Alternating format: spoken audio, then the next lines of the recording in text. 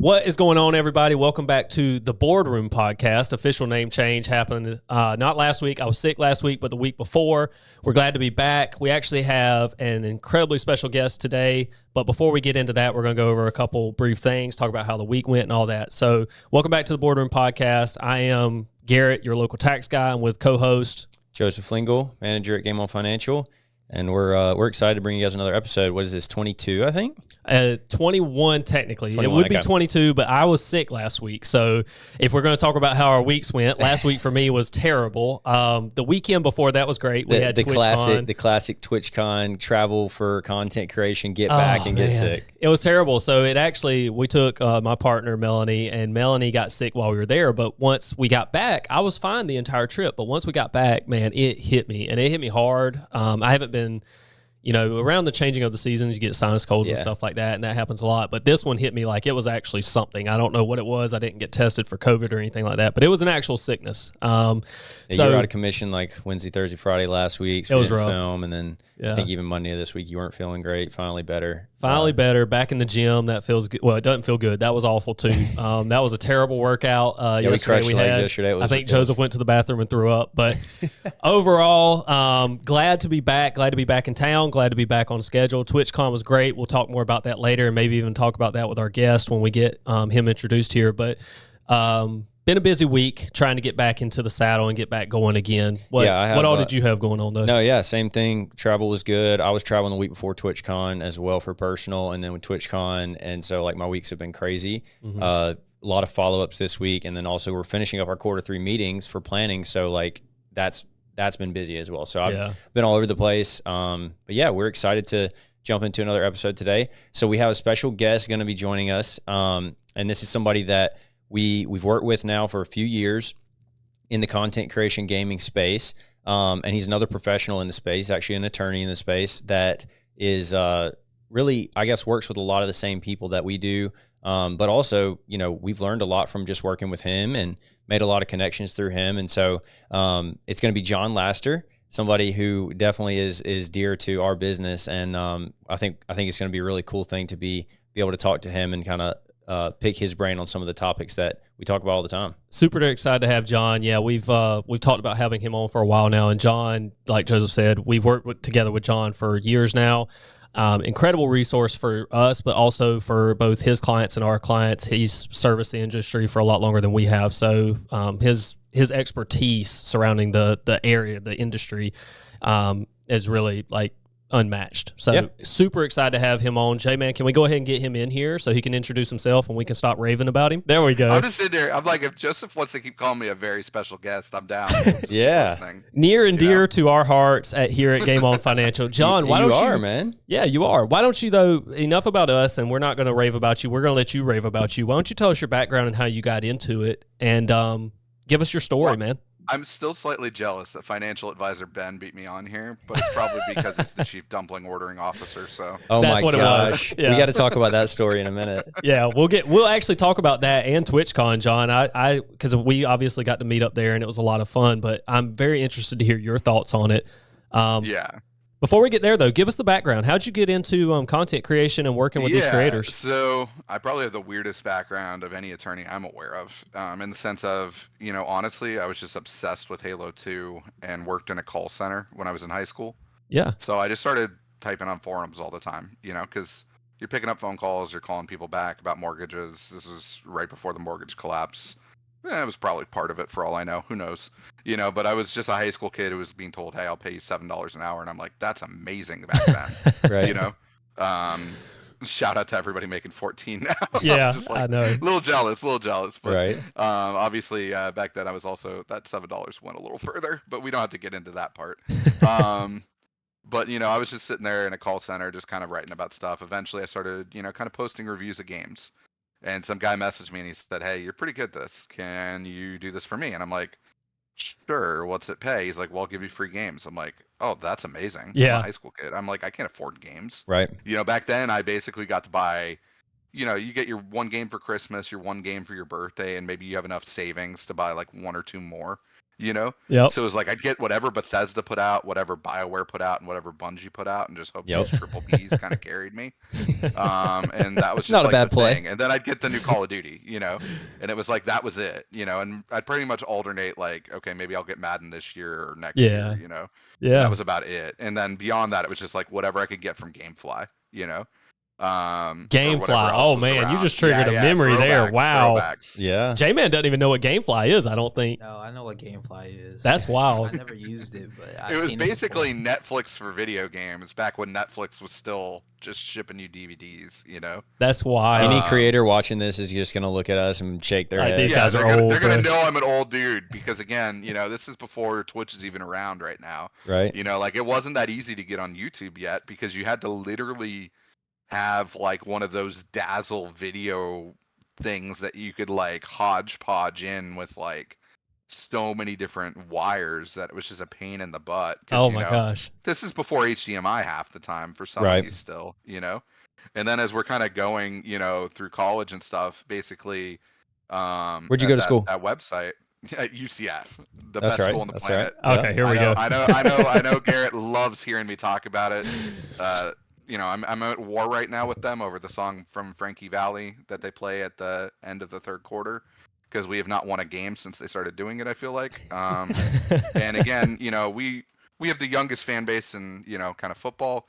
You know, we all watch The Knight's Tale. You know what gets people riled up. You know, it's Uh-huh. like we will rock you. You know, Yep. it's stuff like that. It's not Frankie Valli. So every time you're watching a place. game and it comes on, you're beefing with them. I just start thinking we're gonna lose, and you know the last year it's been true. You know, 2017 national champs, though, John, right? maybe it's not. Yeah, Maybe I'll it's take not. that. Maybe it's not the song. Maybe it's you willing it into existence. You think it's gonna happen. That's what so it I is, don't know. John. I went to every single game that we won, every game, and I still thought we were gonna lose. So you know, Really I don't quick, think that's true. really quick. We were at TwitchCon, and me and you were walking through one of the casinos, and we're like, we were coming from the event or something like, I don't remember what was happening. And I was texting John and trying to figure out, hey, John, where's John at? Let's Trying to link up. this and that. And he was saying it's going to be hard for me to get away from the TV. And I didn't realize why. It was college football Saturday, but you know, I'm not thinking why. And UCF is beating Oklahoma at the time. And I'm like, oh, that's why. Okay. Yeah. We're not going to see John for another hour or two at least because he's going to be watching the game. I literally watched it at the MGM Sportsbook, and Yeah. I think I was the one person cheering for UCF, but I don't care. You know, I'm like, and they should have everybody won else that probably game, man. Bet on dude, yeah. It was close, you know. But you know, kind of jumping back to being in school and stuff, you know, I just had the luxury of, you know, just kind of writing about video games and creating content and learning how websites work, learning how SEO works, learning how marketing and social media work. And just kind of started doing that stuff, and you know. And I at did that for other time, John, people. at that time, were you interested in becoming an attorney, or was it until later that you decided? Honestly, I was just an economics major looking for a side job, and Mhm. to be honest, this guy was paying me way better than I would have gotten anywhere else in my mind. Because again, you know, I wasn't viewing my hours the same way I would now. You know, because Right. back then I was like, oh, you know, it took me 12 hours to beat this video game, and I only had to, you know, spend 2-3 hours writing the review. That's 3 hours of work. Now I'd be like, that's 15 hours of work. Right. You know? Yeah. A little bit different, you know, but like back then I thought it was the greatest thing ever. You know, I got to work with a ton of great writers, ton of great editors, ton of awesome people who are all over the industry now. Like, you know, literally people who are now PR at, you know, Blizzard and Microsoft and EA and all Yeah. over, and then writers for some of the biggest outlets you can think of. So it was one of the coolest opportunities on the planet. And then not only that, like I learned really early on that when you're press, you get to talk to just about anybody. Yeah. Like there's really opportunities that popped up that would have never been possible if it weren't for the fact that, you know, again, I had this press badge and I got to meet people. Yeah. So I got really close to working with companies like Microsoft and other stuff, because especially around then I'd kind of started my own thing. I'd kind of left the guys who were, you know, kind of hiring me because they closed down their shop when the recession kind of hit around that like 2008 period. Mhm. And kind of just started my own thing, just covering Xbox indie games, because at the time I was like, yo, nobody's covering these, and these are great, you know. Yeah. So I was covering all the XBLA games at the time, you know, and this is kind of before Steam really took off. So like XBLA was kind of where the good stuff was back then, you know. Um, and right around then's when I started kind of realizing I was probably going to end up in law school because, what do you do with an economics degree? It's either you keep going to school or Maybe get like a teach. Yeah, maybe. generic, data analytics kind of gig, Right. Right. Yeah. or you go to law school. Yeah. And I was just sitting there and I'm like, especially because I'd been doing this stuff on the press side, I learned how few people on the indie dev side actually had attorneys. And I was Mhm. like, oh, they're going to need these, So you saw a need, So basically, like, okay, saw a maybe this is need something like I could. Yeah. crazy. Yeah. And then I started streaming a little bit. So, again, like I said, it was super, super terrible at the time. I was using like really bad equipment, doing it on a 720 TV, from my bed, But you're an no OG. camera, no nothing. Yeah. Yeah. To my understanding, I think my Twitch contract still says Justin TV on it. That's So it's awesome. like one of the old ones, That's awesome. So again, I kind of pivoted some of the stuff I had already built, on the press side to streaming. So Right. my first stream ever was Minecraft, and I got the producer Minecraft, for let's the go. Xbox version to show up and talk about the new update that was going to come out on Xbox. Yeah. So what do you think happened? Well, Minecraft posted it and broke my website, because I don't pay for hosting to hit 10,000 or 10 million people Right. in 1 hour span. Oh wow. We had really good hosting, but we didn't have that good hosting, so it kind of just absolutely destroyed it. But the people who did get through found our stream, and we ended up with like 4,000 people on my first ever live stream. I did not know So this story. That's yeah, crazy. Yeah, that's pretty awesome. Do you remember so what I literally update? contacted Twitch and I was like, hey, I think I want to do this more. I'm like the only guy streaming console indie games, and here's my numbers, and here's my website numbers. And at the time, our website numbers were really impressive, and Twitch had some policies back then where like they would do some partnerships and stuff with people who hadn't been streaming a ton if it looked like it was going to help them. Other So I think I resources or streamed something. like Yeah. I think I streamed like another 10 times, and then I gave up for a while. Yeah. And then I came back to it like 3 years later, and built it back up a little bit. Back then, when we were averaging, anywhere from 60 to 300 people, occasionally dipping into those thousands when we had something lucky like a early release of Halo or something. That's a great CCV. I mean, that's Yeah, in we today's terms, did that's fine. good. Yeah, we did fine. It was the problem was, I wasn't consistent with it to the level I probably would have needed to build, a full audience. Like now Right. looking back, you can see all the mistakes you made. Yeah. John, Like was I was this the always time you? afraid to have a Discord because I'm like, oh no, it's gonna take people away from the stream, Right. and they're gonna start talking in Discord instead of the stream. It was stuff like that. I was just like, man, those were bad decisions. Yeah. Was this at the time that you said? So you said for like multiple years there. So was that at the time you were going to law school, or was this in between, or college, or? So I got partnered while in law school, and I didn't have much time in law school, so I pretty much took a break because I'm like, Gotcha. I got to finish school, Yeah. And then when I finished school, I was kind of like, you know what, I'm gonna try this for a little bit. So I did it for I think about 2-3 years, kind of full time more or less, just running the website, running that, I did a lot of SEO writing on the side, to be honest, to actually cover a lot of my bills because Yeah. it was just a lot easier to get paid well. Right. Shout out to Ben Fisher. He's a buddy of mine who's he's actually the guy who bought that first website that I worked for and then helped me start the one that I ended up starting on my own. And then Nice. anytime I kind of needed some extra cash, he ran a like SEO social media company. He'd be like, hey, do you want to write for me for a weekend? And you just got to write 800 different product descriptions about luck nuts. And I'd be Holy like, cow! oh God. That was the one that made me quit. Until then, I thought it was actually a pretty sweet job because, like, basically every December and kind of every summer, I spend a month basically doing some work for him, and it broke down to like $50 an hour. It was pretty great, Yeah. I just like pop on like Dexter or something and just sit there and start typing up, Yeah. all about like. Hey, these days, things and doing that random these stuff. days, you just throw it in some AI software and Yeah, you'd be now Yeah. AI software did everything I was doing because again, what I had to do was I had to come up with 800 uniquely written ones, and then Wow. they had to hit certain benchmarks, like it had to be this long or have this many things, and Did I was you doing stuff like that, and then we were doing a lot of brand deals and stuff where we could, because I think that's really what helped us was that to an extent we would find ways to kind of do brand deals where we could. So even when our numbers were on the lower end and we weren't really bringing in that much money from subs or donations anymore, we still figured out how to kind of like uniquely pitch our audience, because again we were so niche that we just remind them that like these are people who just kind of love indie games. And then Yeah. honestly, the reason I think we kind of stopped more than anything was when Mixer came around. Like Microsoft changed a lot of stuff with the Xbox to kind of it really messed with a lot of our organic reach, to be honest, because again a lot of this stuff had been to do with me being so integrated with the Xbox community in a sense. Yeah. And when they did that, they kind of forgot about a lot of us on Twitch. Yeah.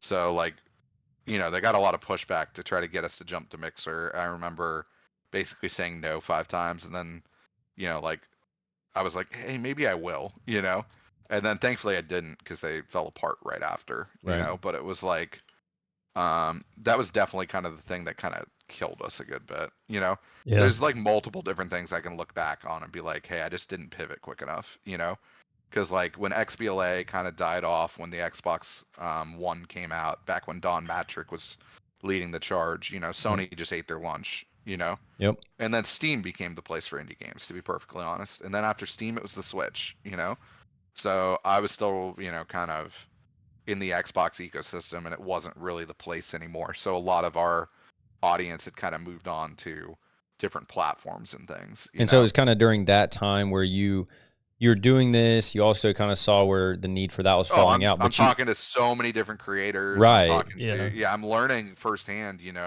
what are all the different pain points? Because again, I probably made every mistake they've made. You know what I mean? Yep. I remember the first time I went to E3, I was 18 years old. And I remember my mom wanted my uncle to read the contract or whatever first, because she was just paranoid that like, I was going to get in so much trouble for this. And this is back when these guys were trying to pay me just a flat rate to, kind of help manage their website and stuff. And it was cool for me, because again, like that whole thing started just because I was writing on a forum, and it was literally like, hey, you're good at this, I'll give you games. And that was like, hey, you're good at this, can you edit people? I'm like, yeah. He's like, I'll pay you. And then it was like, hey, you're good at that, can you manage people? I'm like, yeah. Just kind of kept moving up, you know. And that whole process, I remember my mom was so paranoid. She's like, you're gonna get kidnapped and like trafficked or something. So I can relate to all my esports players too, because they're always like, my parents don't believe I'm actually gonna make money doing this. I'm like, trust me, mine didn't either. Well, that's a good point. Things. It's a good point, because the industry has grown so much, especially when you talk about esports and gaming, to where like I know there's a lot of COD pros we've talked to, different people like that they said the same thing. Like when they were going to LANs, when they were local LANs, when they were 13, 14 years old, like doing that, it's like no one even knew that was a thing. And so to your point, similar type of thing is like parents didn't know if it was real. Parents didn't know what they were doing. Now at least there's YouTube. People can say like, hey, go watch this. This is what I'm going to. And so it's a little bit different now. But yeah, I mean that's something we've seen for sure.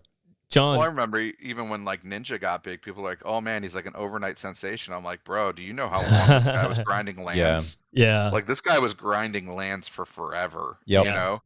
And then it took a little bit of luck getting to PUBG and then Fortnite and then everything that happened for him. But again, that guy worked hard. He put in the hours for sure. That is not an overnight success. It's one of those things where it's like an iceberg. That's all of the OGs, though. Water, all the OGs. I mean, when you think back to not just Ninja, but like, you talk about even Nick Merckx. Like Nick Merckx was grinding Gears of War like forever ago. Nobody remembers that about him, but he's playing that, grinding that out, and then Fortnite comes along and he pops off a little bit. When he's playing with like Ghost Aiden back in the day, and then Call of Duty Warzone 1, and like his steady growth. But nobody remembers him grinding, like playing professionally, playing Gears, all that stuff. A couple of things you said though, John, that caught my attention was you said that you, looking back, and this is why I think your knowledge base is so critical to like what a lot of people can. I think a lot of people can use this today. You said you didn't pivot fast enough. I see the world now, the industry specifically, that's still the case. Like all those changes you described back then, looking back, going from Justin TV to Twitch and then to Mixer. It's the same stuff now. Like it's the same thing. The people who didn't jump to TikTok quick enough. Yep. To be perfectly honest, like I regret so heavily because I knew all about TikTok. And again, the reason I kind of was like, I don't know that I want this on my phone that has all my work stuff. I don't really trust the privacy stuff.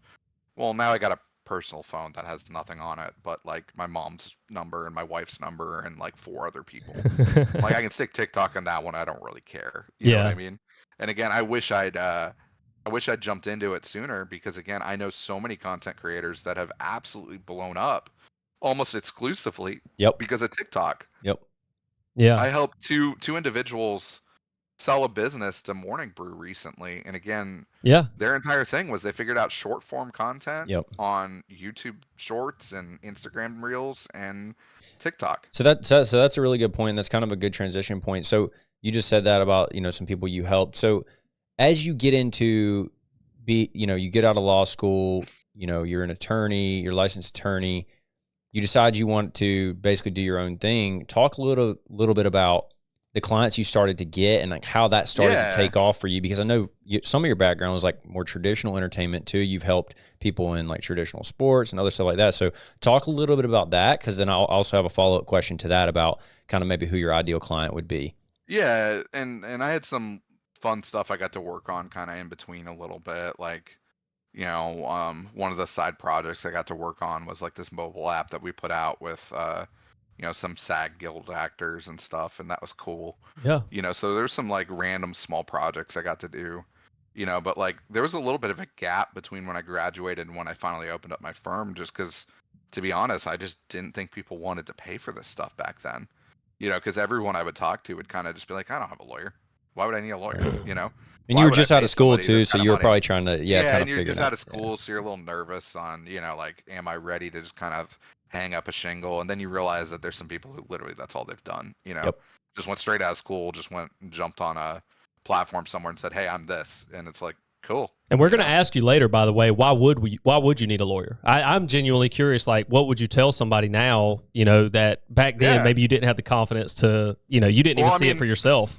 But now I literally sponsor a local Orlando creator meetup. I was there 2 days ago, and that was literally what I was walking them through. I'm like, here's some stuff when you're going to need to call me, and I'm just like, if any of these things pops up, definitely think about it, Yeah. There's some obvious stuff like forming an entity, especially outside of Florida. Those can be a little more complex. I remember I told a banker that at like Bank of America that, I do a lot of entity formations. They're like, why don't you just go to Sunbiz? I'm like, yeah, that's why I ended up fixing them, because you sent them to Sunbiz and they didn't know what they were doing. Right. Thank God for you doing that, by the way. They did something wrong, Yeah. So I do a lot of entity formations, a lot of explaining to people even just how a business kind of functions, I have some streamers now who literally they want business advice out of me more than even just legal advice. They just want me to sit down and just kind of, be that kind of business advisor that they can get some help from. Like, what should I be thinking about? Where should I be making it's just like as you scale, you have the same issues, across almost any business. And one of the beautiful things, and you guys know this as well, is we get to look under the hood to 50, 100 different businesses in the course of a year sometimes. Oh yeah. Oh yeah. And some you get to look very closely, you guys specifically with the numbers, me specifically with the everything good and everything bad that happens, because that's typically when you call your lawyer. It's normally something good happened, I need you to look at this, or something bad happened, I need you to look at this. Right. Unfortunately, we get that too. I did this. What should that? What comes What's the with implications? This, Yeah. Well, and you guys will probably agree with me, but the thing is, you're always better asking ahead of time. Yeah. It's so much easier to fix something ahead of time than it ever will be retroactively. And whenever we're actually given time to make those decisions, Garrett and I have talked about this before, but it's like that's one thing we're pushing heavy now, just through content and even Twitter and stuff like that. It's like, hit us up now, because we have 2 months before you're in. Don't hit me up on December 28th. Like, hey, I think I need an S election. It's I need to buy a car. Well, it's going to be too late. So to your point, John, just like, let's talk about these things sooner. And I'm sure you've experienced that with Sooner some. rather than later. And Yeah. yeah, I mean, I'm sure you guys have had this too, where you've like reminded the client, hey, this is due in 8 months, and then you message them every month for the next 8 months, and then Mhm. the day before they're like, hey, this is due. It's an emergency, and I'm like, it's not necessarily an emergency. It was Yeah. something that was avoidable, Yeah. Right. And then it's like, depending on how much bandwidth you have and again, how polite the client is, you're like, I'll bail you out. You know what I mean? Right. But sometimes you just don't have the bandwidth and it's just like, man, it's like, I really tried to help you, you Yeah. know? Okay. So But like, circling back to your clients, some people that you've helped, obviously no specifics there, but you mentioned streamers, you mentioned some LLC setup stuff. What would Yeah. be somebody that would be like an ideal client for you, whether that be a one-off, they need help, or somebody that you work with consistently throughout the year? What does that look like? What kind of services are you helping them with? And yeah. just give us some examples there for some people who may be your listening. perfect client. I want to hear this. Like, what would if we Yeah. said, John, we got a client for you, and we could just give all the perfect I details. think I know my absolute exact dream scenario. And Oh, I'll yeah. kind of walk through that because basically my firm right now, in my opinion, has kind of two different um splits in a sense. You know, I Okay. have a lot of work that I do in video games traditionally, more in the corporate and IP and startup side of things. And Development. then I have a lot of, streamers. And that's more entertainment and some licensing IP stuff, But my perfect world eventually is I can't wait for more streamers to grow to the level that they start thinking about what's next and they start planning spin-off businesses and stuff like that. Yeah. 'Cause that's where I think it's going to get really fun. Because again, I've worked with so many different startups all the way through the funding process, corporation funding, getting all the documents right, getting everything set up, That stuff's exciting too, I'm sure. helping them get in millions of dollars to, grow this thing and then helping them scale it. That is super fun. Yeah. But at the same time, like you said, I love helping the creator side too. I love helping someone who basically created a business and doesn't necessarily always even think of it like one, and just reminding them like, yo, you created an awesome business. Mhm. Now, what can we do to kind of help set you up for life? Like, what can we do to make this a scenario? Joseph, you mentioned it a little bit, but yeah, I have some NFL players and some other stuff like that. And again, one of the first things any sports agent will tell you, and it gets tiring hearing it over and over, but NFL means not for long. Honestly, Twitch streaming's not that different. Esports in particular is not that different. Not at all. If you haven't built a brand for yourself when you're done with esports, you got to figure out what's next. And again, for most of those guys, they're not making it past age 27. Mm-hmm. That's a rarity, Yep. to be able to live in the esports world like that. Now, streaming is a little bit more forgiving, especially content creation in general. Because again, if you get to a certain point, you can kind of design a schedule the way that you want it to be, Mhm. And Well, John, I think I would that's one go. of the things that's really pressure inducing for someone just starting out though, is like, where do you put your time? Yeah. Well, I would go so far as to say too that with esports and content, it's even like more pressure than traditional sports because at least these guys that are in the NFL or some of these major leagues, it's like they're getting paid quite a bit more than the esports creators or gamers, and so it's like not only are they getting paid more, generally speaking, they're usually into their 30s, some of them, and it's like you just said, like esports, it may be even younger, and they're not getting paid as much. Now, we will say like some esports players are getting paid very, very well, but not to the same level of NFL players. I think that's a little bit of survivor bias though. If you look at the amount of people who, let's just say, graduate from college, let's pretend NIL was not a thing. And that's its own discussion we can have. Yeah. But let's just assume that NIL is not a thing right now. So you're graduating college, and let's assume you're not in the top 3 rounds. And we're only talking football at the moment. Baseball's even worse. We can get into baseball. You're probably not making that much money, to be perfectly honest, when you consider the fact that you have to make it to a certain point to, get certain benefits, And again, there is definitely, in my opinion, a little bit of survivor bias when you look at the league and you're like, oh man, the average player is this age or makes this much. Well, that's the people who made it, Yep. The people who didn't, there's plenty of people who churn out and, they're on a practice squad roster for 3 years, then they go try to the XFL or Canada or something, make it another 2-3 years, and then you may have been making 150 or something, but like, let's just say you're in a high tax place of living like California. It's not much. That's not really that much money, man, For Yep. sure. Like you know, like an MLB player paid league minimum, I think it's only like 200,000 or something, you know. Right. Is not actually that much, you know. And then you start talking about like minor league players, like those guys are, you know, literally just traveling out of a suitcase 24/7 pretty much, you know. Yeah. And I don't think they get paid that much to play, you know. The ones that are the ones that are, you know, being signed to the large, you know, early round bonus checks, stuff like Right. that, you know. And yeah, that's huge. And I mean, I think we see that in esports too, because you have a few places like League of Legends or Dota where the salaries were pretty big. Mm-hmm. And I think we're seeing a little bit of shrinkage there right now. But, you know, you start going offside of those and, you know, I would I would never really have argued that the esports salaries are insane No. for players, you know. For sure. Yeah. And I'll take us back too to one of the things you said that was interesting at the start of the kind of the gaming conversation is, you know, you said something cool, which is seeing, you know, maybe some esports players or even content creators that have streamed for a while or have a large YouTube following, something like this, grow old enough to maybe branch off into other businesses. And that's been something that I'm excited for too. And my opinion would be that it's probably just because the industry as a whole is younger, so they haven't gotten there yet. You know, we've seen this with a few of the creators that maybe were big on YouTube 4, 5, 6 years ago, who now have actually started some other businesses. And you see it with the very, very top of the top, right? With their, you know, their different companies. Like, but yeah, you got Nade Shot jumping into Juvie. Right. You got, you know, Mr. Beast doing festivals. Yeah. But even at a smaller level, like my buddy Zach Weigel for Gamers Outrage started a pizza company. Yeah. You know? Yeah.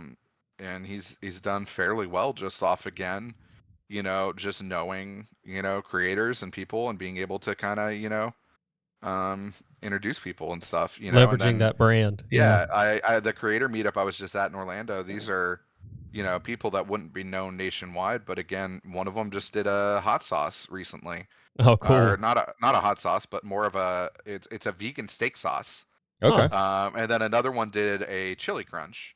And then another one just did a book of like fast food hack recipes, you know. We see a lot of real So, estate, John. I mean, there's some cool stuff. Yeah. yeah, we have a Definitely ton see of a lot of real estate. and it's a very real business consideration because, you know, they start it and they have like an Airbnb or something. It does take up a lot of their time now, and they, you know, they're leveraging a lot of times the cash flow that they have to maybe get something that's a little more stable, right? A month to month, Yeah. something that they can And rely on. there's nothing wrong with doing something like that. You know, Yeah. the thing I always remind people is I'm like, nothing's really passive income, you Right. know? Like you're still gonna have to pay attention to anything. Even if you were working with, you know, financial advisor Ben and he was helping you, you know, move assets throughout the market, that's not a place I'm gonna give advice on. That's his realm. For sure. You know. You know, you're still not necessarily passively making money, you know. Right.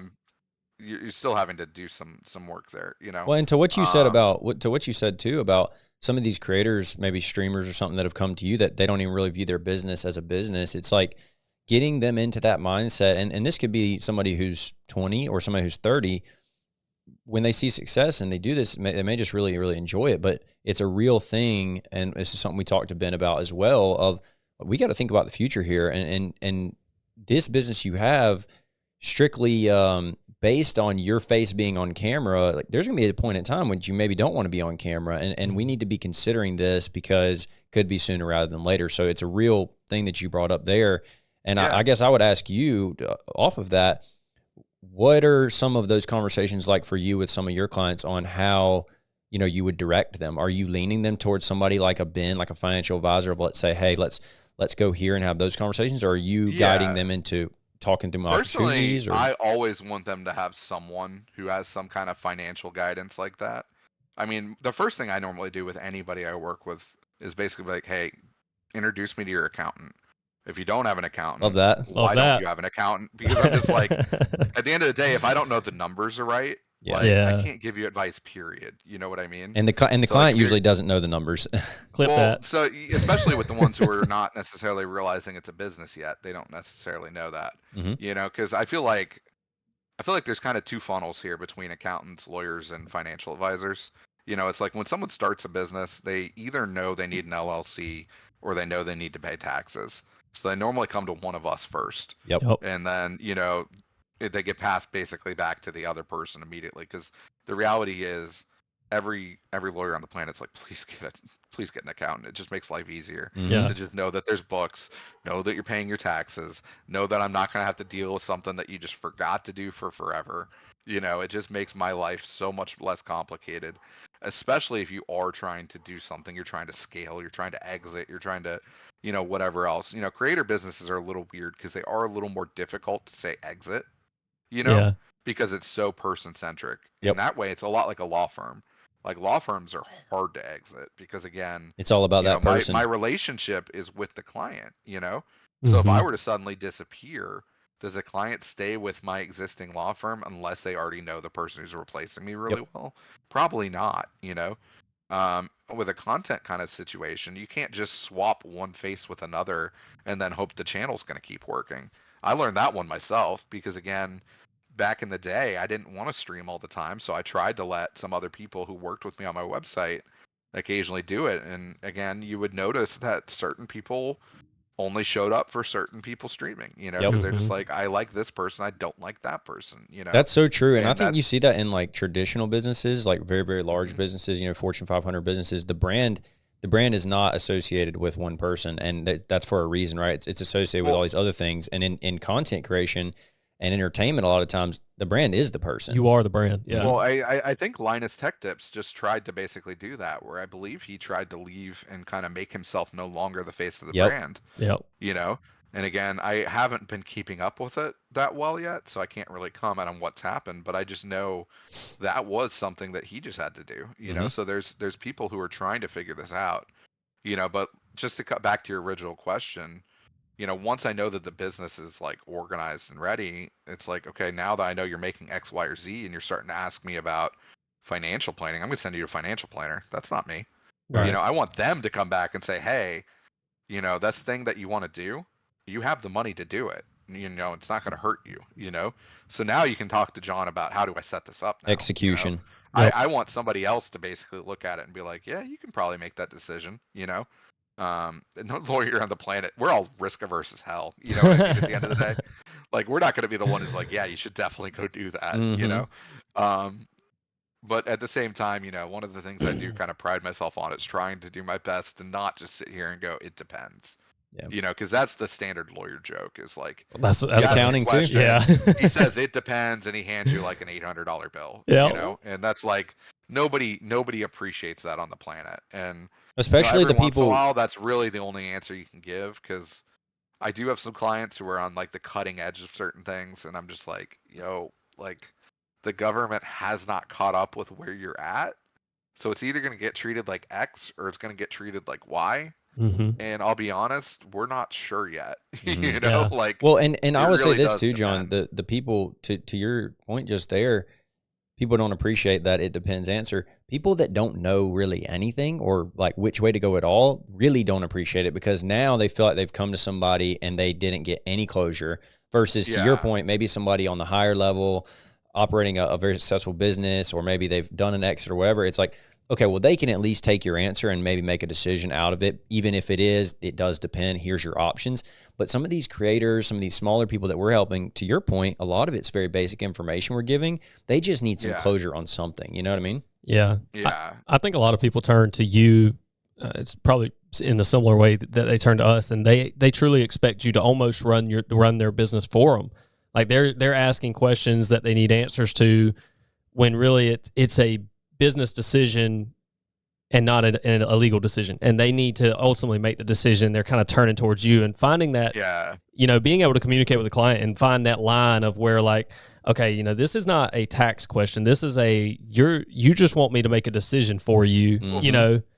There's a lot of times where again the question is really a risk tolerance question. Yeah. And what I mean by that is how much risk can you tolerate? You know what I mean? Because like again, you could do option A, option B, or option C. Option A is super secure. It's not what you want to do, but there's virtually no risk. Option C is exactly what you want to do, but I'm outlined the risk for you, and you can decide now, Mhm. do I want to do A, C, or somewhere in between, Mm-hmm. And it's just like, that's up to you to make that decision. I For can't sure. tell you that option C is better than option A. I It can just tell depends. you, that's where that's exactly where that it depends It comes depends. from. Is the whole point is I can outline everything for you. I can help you make the decision. But at the end of the day, I'm just giving you resources. You got to be the person who, Pulls the trigger. decides to pull the trigger. Yeah. Well, and I know this too, John, and I know you've experienced this because we've experienced this with a mutual client, but a lot of the times you can be telling the person kind of what you feel is like the obvious answer, Yeah. and they still have to be the one to pull the trigger. And I tell my clients this all the time of like, hey, this is your business. I'm here to Yeah. help you, but you ultimately, it's your money, it's your stuff. Garrett and I told a client last week on a planning call, like, you can pay all this tax now, you can pay it all later. We recommend you prepay it and get it in early, but like it's ultimately your decision. And they said they want to wait, and it's like, okay, but I that can be, I guess, a frustrating thing sometimes from our standpoint. I think is Well, like, that's a perfect example. Like, you guys can remind people they need to do quarterly payments, but it doesn't mean they're going to. right. It's funny. It reminds me, no matter irregardless of how you feel about the person, Dave Ramsey was quoted as saying, like, the reason he got out of serving, basically doing one-to-one services, because he was a CFP, Yep. certified financial planner. He got out of it because he would give somebody, like, he had the answer, like, this is what you should do, and the person still wouldn't do it, because we're talking about financial planning and stuff, and those decisions are hard. And he would lay it all out, like John said, give them the resources, and then they still just wouldn't do it. And he said that was so frustrating because, like, they're paying him money, he's giving them the plan, and then they're just not executing. And so he converted. He went to YouTube, and he was like, I'm just going to preach to the masses rather than try to one-to-one get people to do the right thing. And again, irregardless of how you feel about him, he does have a very basic, simple thing to follow for people who do not have much financial literacy yet. Definitely. Absolutely. Yeah. Because I will vehemently disagree with his views on debt. I think debt can be a huge asset. I also think that, for example, my house is the cheapest, or actually my house is probably a little bit more than one of my car payments. One of my car payments is, I think, at 2%. Yeah. In what world am I ever going to pay that off early? Right. When I'm getting that money at 2%, and I could put that money straight into a savings account at 4.5 right now. Mm-hmm. I could put it into treasury yields at 5.5. Again, I'm not trying to give your financial point, advice here. This is not what this is. Yeah. But my point is, I'm just saying, when you start to discover how to play the game better, his advice starts to get a little too simple. Yeah. I think, not to go down a rabbit hole, but I definitely agree with you with like that his system is built for people who don't understand much. And I think that the people that disagree with him usually they understand a lot more. And and he's like, it's not for you. You're fine. Exactly. You're exactly it. Exactly it. Like, so it's like standard weight loss advice. Just, eat less, work out more. That works for most people. Right. Again, that's very nuanced. You can get way more complicated after it. Sure. John, but, calories in, calories out, that kind of thing. Let me ask you, not to just completely pivot to a new topic here, but we talked about your ideal client and everything. What is a problem you see with the content creation industry? And, if I gave you a silver bullet and you could take out one thing, like one problem you see all the time, you could just completely eliminate it, what would that problem be? Because we have thoughts on it, but we see it from a different angle than you probably do as an attorney. Yeah. So that's a really interesting question, because I don't think I've ever thought it through as if like there's maybe one core issue. Sure. I think there's a handful. Well, give us a handful. Give us your top 3 or 5. However many you got. There's a huge misunderstanding with creators a lot of times between what a financial manager is, what a financial planner is, what a lawyer is, what an agent is, what a manager is, and they expect one of us to be all of those sometimes. I agree with that. So scope creep. I scope creep, you definitely see that, I feel like, on the agency side the most. Oh yeah. Where people will think, I have an agent, he does all this, and I'm like, your agent should not be doing your tax planning. No, probably not. Hopefully, if your agent's giving you contracts, they have someone who's reading it, who's qualified to read it. But some agencies, again, they just have too much, and they don't have the time, and they don't have the bandwidth, and they're not paying for a lawyer to review every single deal. But sometimes the creators think they are. I think that's definitely one of those weird little worlds where, like, things kind of collide, and I feel like there's not a huge understanding among every creator on like why you need different people for different things, you know. Mhm. I think specifically they'll start hitting a point where they're like, well, I have a manager, that manager does that. I'm like, your manager's probably not doing financial planning, you know. Right. They may be helping you with some bookkeeping and stuff, but they're probably not getting to the level of doing what someone like a financial advisor Ben does. Or at And least I if they hope they're are, not, they you know? probably shouldn't be. They probably shouldn't be. Yeah. Yeah. And same thing with, you know, sometimes the agents, you know, it's like, yeah, we'll do accounts receivable for you, but I'm like, Mhm. they're probably not doing your accounting, you know. And Definitely. there's a little bit of a mix up sometimes, you know. And then I think the other thing I see a lot is, you know, creators just don't always check in, you know. Like for Communication. example, with you guys are probably one of the best examples. Why on earth do you hire an accountant if you're not going to talk to them? Like yeah. y'all Preach can't it, John. give tax. You can't give tax planning advice if I never tell you what I'm trying to do. We you know? actually, John, we actually Like- had a client leave us about a month and a half or two ago for exactly that. The client came on. The client was with us, I think, a monthly client for Yeah. probably about 8 months, 7 months. Yeah. Reached out to this client multiple times with no responses, multiple, and then finally one reach out, and it was like, pretty sure this client's leaving us. Had to basically Yeah. confirm that they were, because again, still not Yeah. reaching. And it's so exactly what you're saying. It's like, how can we help clients that Well, don't? Yeah. So, like specifically, you know, again with like the kind of accounting industry, I feel like you got like kind of two routes people are going right now. You got the churn out as many tax returns as humanly possible. Mm-hmm. And I'm going to call that more the boomer route because I'll be honest, everybody else I know is trying to go the other way right now. Nobody And wants that to do was tax. that was the, you know, all I want to do is pay me 200 to 600 a return and I'll file your return for you. Mm-hmm. But you're just giving me the numbers and I'm doing it as simple as humanly possible. Yep. And then you got everybody else now is trying to move toward like holistic bookkeeping, tax advice, actual advice. Mm-hmm. And I remember when I first hired someone, I hired someone from that kind of tax mill route. And I was so annoyed because I kept emailing the guy questions all throughout the year. And I'd be like, hey, if I do this, is this allowed? And I'd never get an answer. And I'd be like, I want to pay you. Please Literally. charge me money. I was just like, it took me a while to find somebody who kind of understood what I was doing. Because again, you know, especially when you're first starting off, you're nervous because again, let's just say you're only making 60 a year right now.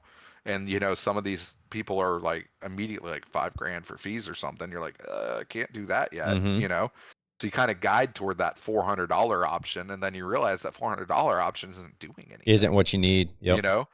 But thankfully, you know, for someone like me, my business scaled dramatically, and I've you know grown year over year over year, and I hope to keep doing that. You know, and you know, I needed that kind of help. I needed someone to tell me like, hey, can I go buy a car and you know put some of this through write-offs in some way? Definitely. You know, can I do some of these things I want to do? You know, and like without that help, and again, I wouldn't have gotten that help if I hadn't asked. You know, Right. Well, I think that's the biggest thing. You got to tell people what you're thinking. Yeah, I agree. I think communication is so important, and I'm glad you brought it up because Yeah. if you didn't, I was going to. I think that's something that we see for sure as being an issue in the industry. I will say this, and to kind of put a cap on it because we are running low on time here. Yeah. You, Sorry, I could talk forever. You're good, No, man. you're You're good. good. No, I was just going to say to that conversation at least. You know, I think you as well as us with your business, you just want to help people too. And so I think a lot of times you know that side of it of when you were Yeah. coming into and needed help. So you're trying to provide as much affordable option as you can. Well- You're not trying to overbill people to help them. And a lot of times what that happens is probably giving away a little bit of free advice to people. Yeah. But we would rather, and I know you would, do that and be able to help people in order to maybe even show them you need the $5,000 package, Yeah, but you just want to help them. And so I Yeah. think you can get around that by just being a good person, you know? Being a good person and communicating, being transparent. Yeah. That's right.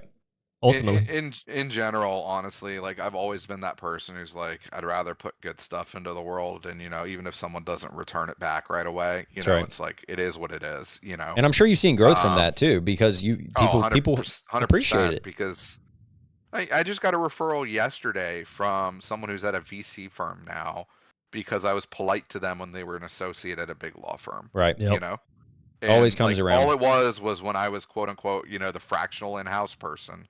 and I was working with them, I was incredibly polite to them the whole time. They understood I knew my stuff, and we've kept in contact, and now he's at a bigger place, and he's like, hey, I have some opportunities to send you some stuff now. And I'm like, dude, I appreciate it. Definitely. And it's like all it came from was just being a kind person. Well, And I mean, honestly, that's the whole reason I was even able to start up my firm when I did start it up, is I just kind of hung a shingle. And then pretty quickly I had more than enough business within like 6 to 8 months. Well, and people see through that, get where I John. wanted to go. Yeah, they see that when you're starting off like that and you just care. I mean, we've experienced that. Yeah. Just like, we've obviously raised prices and these different things as we've grown, as I'm sure you have, but people can see when you care, and that's all they want, is that authenticity. And I think, to your point again about a lot of the people just not knowing where to go or what to do, when you're authentic with them and you can show them, maybe the answer is, we are too expensive for you right now, but here's what you need to do. They appreciate that so much. And then you might be able to come back when you're ready. That's right. Or, and again, like, from my perspective, again, I have some streamers that are on like super legacy rates that have just been with me from the start.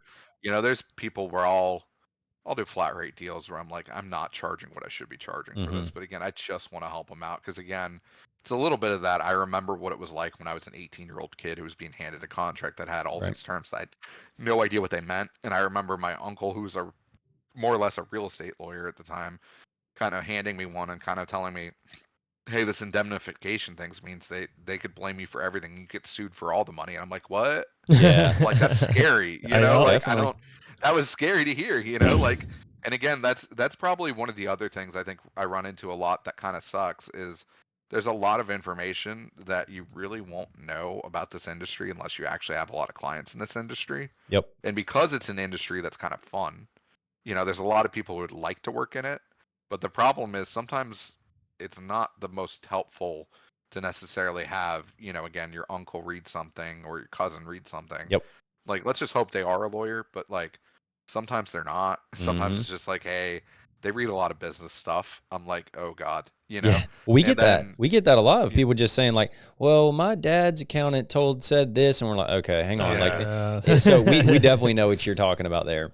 John, you just run into stuff where people just don't know certain terms that should be in there. Like, I had a call with a creator yesterday, not to take too long on this. No, you're good. I literally had to walk through a lot of like stuff that normally an agent would probably be walking through, and just kind of explain to them like, hey, you should be getting paid more money if they're using your likeness in a television ad versus if they're just putting it up in an Instagram story. Yep. I'm like, you should be getting paid more money, because of the fact they're asking for exclusivity for the next 30 to 60 days. I'm like, that's actually kind of extreme. Like, you shouldn't have to be brand exclusive for the next 30, 60 days. When again, you're running, for example, a car channel, and like, they want every car product to be covered. That's just a lot. Sorry to cut you off, Garrett. No. I was going to say, I mean, we're running short on time, but I wanted to tell you, I mean, all that, everything we talked about with the authenticity stuff, it not only shows through to the creators themselves, but it shows through to people like us. And that's why, we refer you work at any opportunity we can, because we know you'll close, we know you'll get the job done, and we know you'll take care of the people that we send your way. And hopefully, that's why you send us work, is that we'll do the same. That's all we can ever hope for. And so I appreciate you a ton. I know Joseph, I don't just speak for myself. I know everybody here at Game On Financial appreciates you and what you've done. And honestly, because you were doing this way longer than we were, just when we first started out, taking the time to hop on a call and getting, introducing yourself. We didn't get to talk about how we got to meet, but yeah, that's yeah. And I'm so thankful for that, and how we got to basically walk through that process to where we are now, getting to meet first time in person at TwitchCon. Unfortunately, we didn't get to talk a lot about that, but we got to meet in person. Got to meet your wife. I mean, I love that about the industry, and I love getting to just meet and greet. And so far, that's been the most fun thing that we've done with all this. And I think you would say the same. I mean, you just told pretty much for an entire hour about how meeting people and one thing led to another and planting those seeds. Honestly, at the end of the day, everything I did just started from just meeting people and trying to be nice where you can. Yeah, definitely. Like, at the end of the day, like, I had an opportunity when I was a law student to go sit down with like the general counsel at Microsoft, who was leading Xbox at the time. That's awesome. Only reason that happened was because Aaron Greenberg remembered me from something, and I just happened to send him an email, and he's like, yeah, you've always been cool.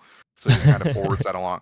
Now Right. he's an investor in the pizza company. There you go. Like, Right. there's cool stuff like that happens, and It's funny how things work out, isn't it? it's funny how things work out. Like, one of my first big clients was my original handler, in a sense, when I was kind of a community.